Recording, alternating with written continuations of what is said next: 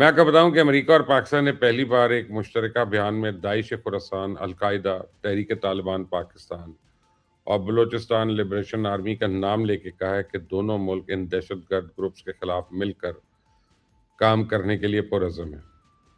اب یہ محض ایک سفارتی جملہ نہیں ہے، بلکہ یہ افغان طالبان کے لیے ایک فائنل وارننگ ہے۔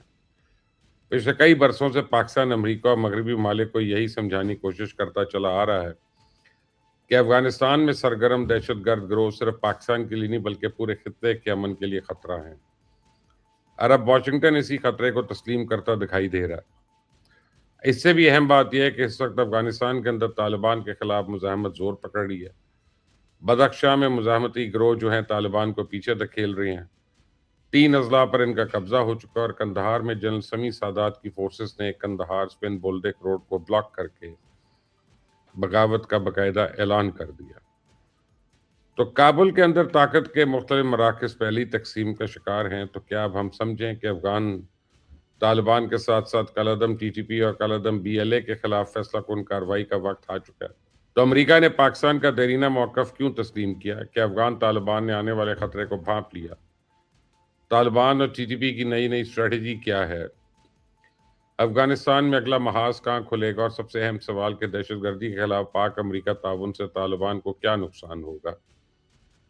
تو میں آپ کو بتاؤں کہ افغانستان میں یوں تو درجنوں دہشت گرد گروہ سرگرم ہیں، لیکن ان میں 4 نام سب سے اہم ہیں: داعش خراسان، القاعدہ، ٹی ٹی پی اور بی ایل اے۔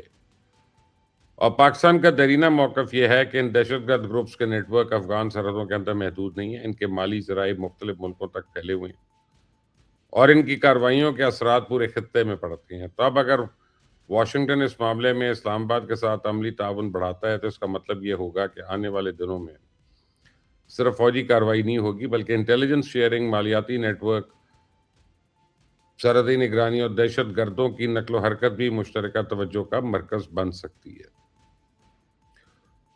تو افغان طالبان پچھلے کچھ عرصے سے اسرائیل کے ساتھ جو پینگیں بڑھا رہے ہیں وہ سلسلہ ٹوٹے گا۔ بھارت سے اسلحہ، پیسہ اور تربیتی وسائل فراہم کیے جا رہے ہیں، وہ بھی بند ہوں گے۔ تو لکھ لیں آپ میری بات کہ اگر سی آئی اے اور آئی ایس آئی کے مشترکہ تعاون نے عملی شکل اختیار کی تو ٹی ٹی پی اور بی ایل اے کے لیے سرحد پار حملے کرنا ناممکن ہو جائے گا۔ ان کو افرادی قوت کی فراہمی بند ہو جائے گی، مالی وسائل ختم ہو جائیں گے، رابطے ٹوٹ جائیں گے اور اپنا وجود برقرار رکھنا بھی مشکل ہو جائے گا۔ اسی لیے میں سمجھتا ہوں کہ پاکستان کی کامیابی یہ نہیں ہے کہ امریکہ نے اس کے حق میں بیان جاری کیا، بلکہ اصل چیلنج یہ ہے کہ امریکہ کے اس بیان کو عملی تعاون میں تبدیل کیا جائے۔ تو اگر واشنگٹن پاکستان کے ساتھ انٹیلیجنس شیئرنگ بڑھاتا ہے، دہشت گردوں کے مالی نیٹ ورک کے خلاف کارروائی میں تعاون کرتا ہے، سرحدی نگرانی بہتر بنانے میں مدد دیتا ہے اور افغانستان میں موجود دہشت گرد گروہوں کو دباتا ہے یا ان کے خلاف دباؤ بڑھاتا ہے، تو بلوچستان اور خیبر پختونخوا کے سرحدی اضلاع میں صورتحال چند دنوں میں بدل سکتی ہے۔